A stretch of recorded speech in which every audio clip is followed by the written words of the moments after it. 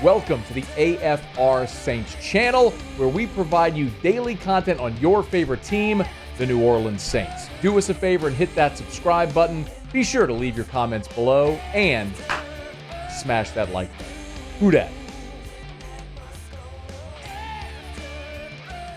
Friday was Colorado's Pro Day, and this was notable for a couple of obvious reasons.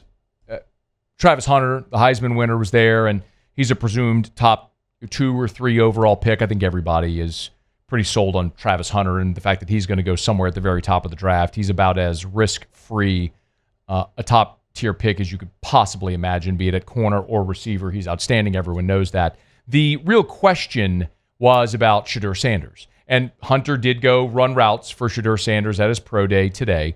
And this was a very interesting showcase for Shedeur in the throwing session, because there seems to be a lot of questions about Sanders and whether or not teams are willing to invest one of those top-tier picks in Shedeur Sanders.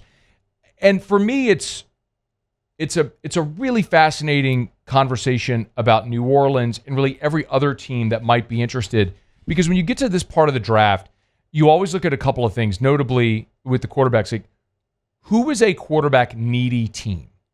Like, what's a team that might actually pull the trigger on a quarterback? Well, I mean, you can run through the top of this year's draft, and you could very easily identify who those teams are. Well, the Titans need a quarterback. The Browns need a quarterback, even if they don't take one. The Giants have all of a sudden become a little more up in the air because they've signed both Russell Wilson and Jameis Winston. So there's kind of this question of, okay, well, are the Giants actually in the market for a quarterback in the draft? And I think there are some conflicting opinions there. I'll come back to that in a second. New England took Drake May a year ago, so clearly New England's not taking a quarterback at 4 overall. You got Jacksonville at 5. Trevor Lawrence is locked in there. The Raiders at 6 would have seemed like a possible candidate until we hear the news on Friday that the Raiders and Geno Smith have agreed to a 2-year, $75 million contract extension. And the most important part of that is $66.5 million of it is guaranteed. That's notable because sometimes you'll see these big number NFL contracts, but if the guaranteed number isn't there, it's basically just a contract. It's not worth the paper it's written on. Remember years ago, Donovan McNabb, when he signed that deal, it was like a $75 million deal with the Redskins at the time. And everyone's like, $75 million, Donovan. And he was gone after 1 year because the whole thing was basically voidable. There was no guarantees in it. So the fact that he's got $66 million in guarantees tells you, no, Geno Smith is going to be with the Raiders and his former coach from Seattle, Pete Carroll, for the next 2 years. Like, he wanted to reunite with Pete Carroll. They've invested in him there. So, like, the Raiders feel like a team that's off the board for taking a quarterback. The Jets at 7 are always a possibility. I mean, it's the Jets. Aaron's no longer there. Carolina's not taking a quarterback at 8. Then you look at the Saints at 9. The Bears obviously have their quarterback at 10. The Niners with Brock Purdy, are they content there? Dax and Dallas at 12. Tua at 13 with the Dolphins. You see, you just start to look up and down that board and you go, okay, well, where are the quarterbacks going to come off the board? That's why there's a lot of people suggesting maybe you could see a slide for Shedeur if he gets past those first couple of picks. So the Saints become a very interesting target team. And you're starting to see Shedeur's name pop up in mock drafts to the New Orleans Saints.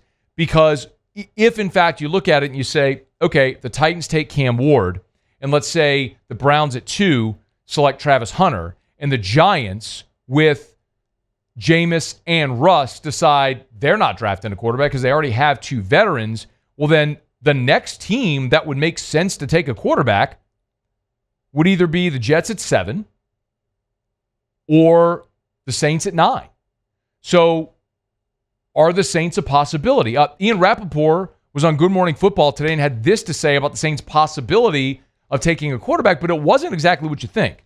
The Saints do need a long-term solution. Say whatever you want about Derek Carr, not someone who's going to be the Saints quarterback for the next 10 years. In fact, there were plenty of times, Mike, you and I talked about it. We thought Derek Carr might not be the Saints quarterback this year. The reason they paid him all the money, the reason they put themselves in that position to restructure his contract, because they don't want to have to go into this draft absolutely needing a quarterback no matter what. They don't need a quarterback. They have one for this year, but they are in a position where they could take one. They have done all of the quarterback homework. They have been a heavy presence at pro days. They have been a heavy presence at quarterback workouts. They have done all of the background and homework. So if there is a quarterback there that they like in the top 10, for sure could take one, would make a lot of sense. The quarterback wouldn't have to play right away. Would also not be surprised if they traded back into the first to get maybe a third or fourth quarterback and say, you know what, you can also sit. The Saints don't need one, but for sure, guys, they are a team that could end up taking a quarterback in late April. The more interesting part about what Rappaport said was at the end. We can focus on Shedeur and the possibility of him being there at 9. But what if the Saints pass on Shedeur at 9 and the free fall starts? And you have a Brady Quinn, Aaron Rodgers type situation while now that player's sitting there in the 20s. Well, now the Saints maybe are more inclined to package picks to move up to take a quarterback in the 20s instead of at 9 overall, if that free fall happens, which is certainly plausible and we've seen. I mean, a couple of years ago, we saw Malik Willis, who, it goes to show you never really know what teams are thinking. Malik Willis was a guy that was in everybody's first round, and he ended up tumbling in his draft year into round 3 before Tennessee took him. So Geno Smith in his draft obviously ended up falling out of round 1, going at the top of round 2. I think there's a couple of things when you start to look at some of the circumstantial evidence that might speak to what teams are thinking or might be a smokescreen. This is one of the reasons I love the draft. So, for example, the Giants. The Giants are sitting there at 3, and it's long been thought a possibility that New York would be a landing spot for Shedeur. Big Apple, Dion would want his son in that market, all that sort of stuff. Well, Brian Daboll, the head coach, did not go to Colorado's Pro Day. And so there's a lot of talking heads around the NFL saying that it's unprecedented for a head coach, not to attend a quarterback's Pro Day and then ultimately to take that player. Well, I was talking to Ross Jackson earlier today, and I was just texting trying to get a firm answer on this, but I don't believe Kellen Moore was at Shedeur's Pro Day today in Colorado either. So I'm trying to get confirmation of that. Forgive me, I don't have it right now, who of the Saints brass was there. But I'm sorry. I'm trying to find it. I don't think Kellen Moore is there. And this is something that Jory Epstein, here it is, Jory Epstein tweeted this earlier on Friday. Some teams just sent a scout or scouts to Colorado's Pro Day. The Saints do have 2 coaches scheduled to be there, per source. Quarterback coach Scott Tolzien and wide receiver coach Keith Williams getting a live look at Shedeur and Travis Hunter. So Kellen Moore did not go, according to that report, to Colorado's Pro Day. So would you really take a quarterback 9 overall if your head coach, who was a quarterback as well, and your play caller didn't attend? It's something to file away.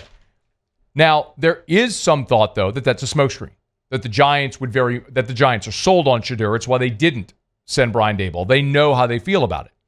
Kat Terrell was here with us yesterday, and she reminded us about Brandon Cooks. The Saints were so convinced on Brandon Cooks back in 2014 that they did not, 2013 was the Cooks draft, the years run together. I think Pete was 15, Cooks was 14.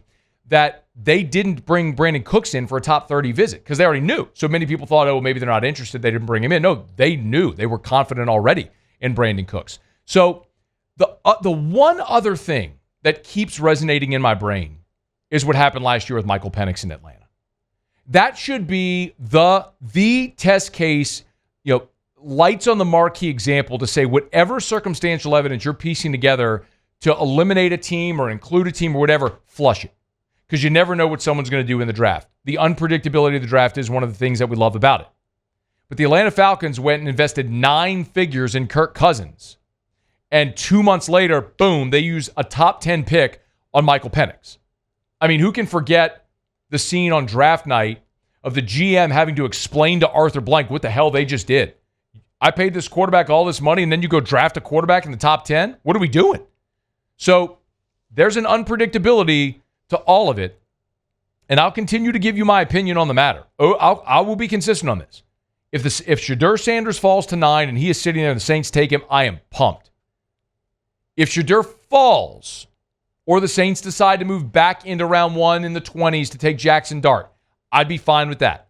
The thing I'm not going to be okay with is moving up from 9 to take a quarterback because your roster is too old and too expensive, and you need all of your draft capital, especially at the top of the draft, to rebuild your roster with young, affordable players. You can't do that if you keep giving away your draft capital. So you need to not only use these top picks, but you have to hit on these top picks as well. You want to use it on a quarterback, awesome.